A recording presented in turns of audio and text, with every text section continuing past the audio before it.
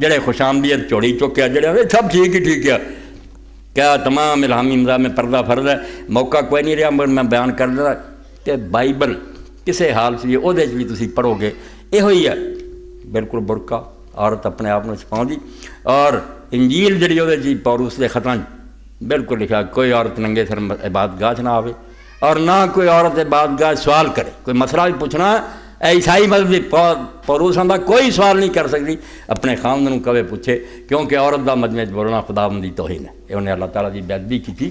تو عورت نے عورت بن کے رہے اس تو دین کہڑا ہے آندا بھی آوارگی کرو تو لچپنے کرو. دین تو پھرے لوگ خدا رسول دے باغی راہ دس دے اور نتیجے بھی دے برے جڑے انہوں دے سامنے ہیں.